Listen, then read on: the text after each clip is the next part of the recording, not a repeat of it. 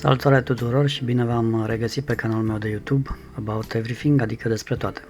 Dacă sunteți prima oară aici, vă urez bun venit și sper să găsiți informații utile pe acest canal. Probabil că ați auzit de marketing afiliat și despre cum puteți genera venituri suplimentare cu ajutorul acestuia. Printre instrumentele generatoare de lead-uri care vor fi convertite sau nu în vânzări se află și un site web.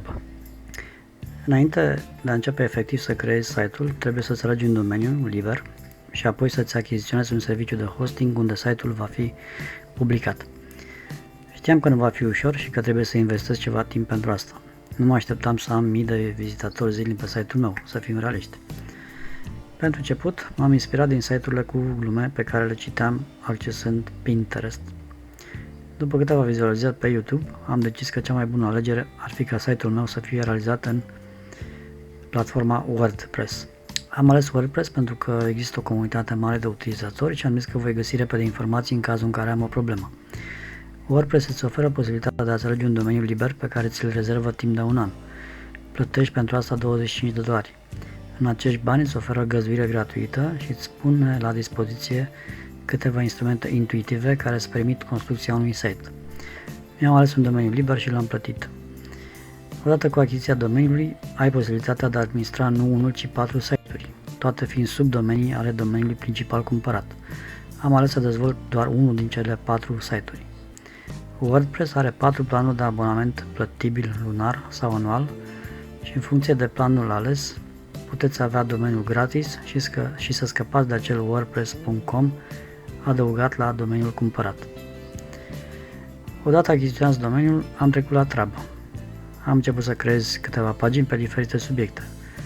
Am investit ceva timp, am schimbat câteva teme în WordPress, doar să fac ceva atractiv. După publicare, mă așteptam să văd câteva vizualizări, dar nu se întâmpla nimic. Am mai căutat informații și am decis că ar fi bine să și postez ceva în Reader. Pentru cei care nu știu, în WordPress aveți pagini statice cu conținut și aveți postări în Reader.